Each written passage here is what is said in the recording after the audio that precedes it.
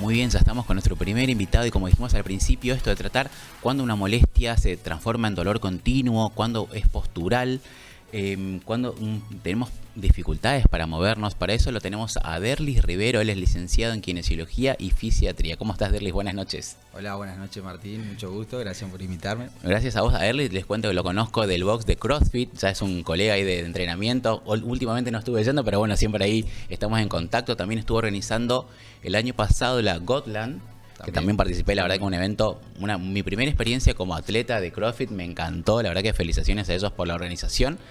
Y bueno, eso también conlleva, ¿no?, a lo que decimos hoy como un dolor continuo, nos levantamos con una molestia en la espalda. ¿Cuándo decimos que un dolor es para ir a consultarte a vos al consultorio? Y cuando un dolor comienza a limitarte en tus actividades de la vida diaria, en el trabajo o en tus entrenamientos en sí, y comienza a volverse más frecuente, y es un momento en donde ya tenemos que pensar en consultarlo para ver de dónde viene el origen del dolor. Y no hacer tanto énfasis solamente en los síntomas y evitar siempre decir esto ya va a pasar, esto ya me pasó antes y va a dejar de doler. Claro, porque a veces decimos como, che, bueno, me levanté con un dolor tipo en el brazo. No, bueno, eso es porque dormí mal, ¿no? Sí. No pasa nada. Al día siguiente tengo la misma molestia. O pasó y a la semana tengo la misma molestia. Ahí sí es necesario recurrir a un médico. Cada vez que pasa eso yo lo Sí. escucho mucho en consulta y siempre le digo lo mismo a los pacientes. Siempre que hay un dolor es una señal de que algo tu cuerpo te está queriendo decir, Bien. ya sea de una postura o puede llevar a una lesión también muscular, articular o lo que fuera. Pero sí, siempre hay que escuchar al cuerpo, no por nada te va a doler algo. Claro. Y mira, cuando llega un paciente, ¿cómo se evalúa el origen? Si es muscular, postural, articular o por una lesión específica.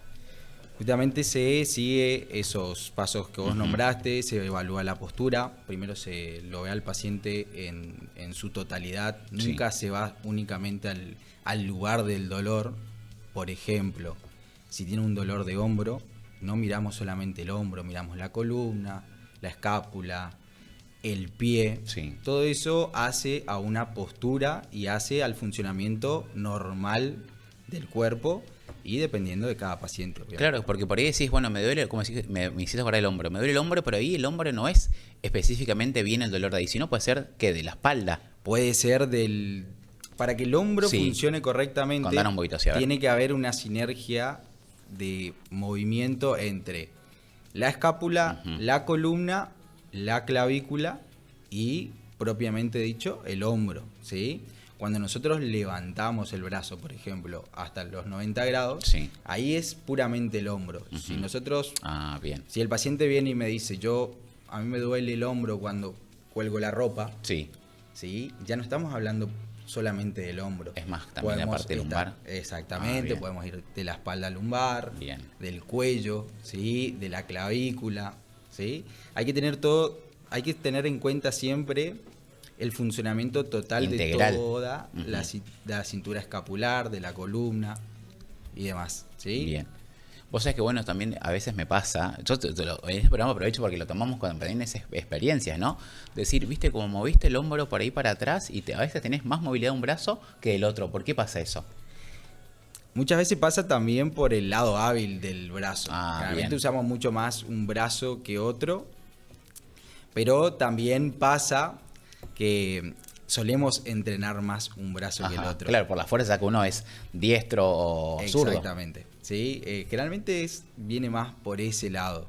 Si ya hay un rango de movimiento muy amplio en el cual yo me toco el hombro de este lado y de este lado no llego, Sí. y ahí habría que evaluar si alguna posible limitante que está teniendo la columna, principalmente la columna. ¿Por qué hago tanto énfasis en la columna? Porque de ahí salen los nervios, ¿sí? Claro. De ahí sale los cables que controlan a la musculatura. Ahí va. Y en el tema de pisadas también, viste que por ahí pisamos mal, eso también interfiere en lo que es la columna, en la parte de dolores de la cervical, viste, de lumbar. ¿Tiene un sentido? Totalmente. Nosotros tenemos varios captores posturales en el cuerpo que es la pisada, es Sí. el pie, son los ojos, es la mandíbula, es como mordés, ¿sí? Y los oídos. Todos estos captores posturales funcionan en conjunto para decirte cómo tenés que pararte, cómo tenés que caminar, cómo tenés que hacer una sentadilla, cómo tenés que hacer básicamente todos los movimientos del cuerpo. Si nosotros tenemos, por ejemplo, un pie plano, que no genera un arco plantar cuando estamos caminando por la contracción muscular, porque existen diferentes tipos de pies planos, ¿sí?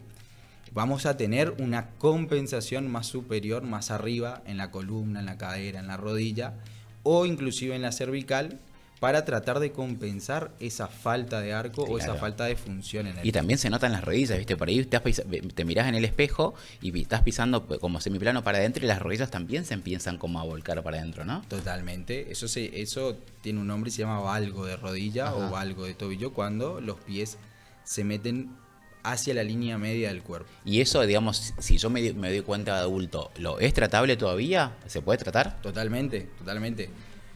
Yo tengo mi consultorio que es Syncro, que trabajamos en conjunto con el ITM, ¿sí?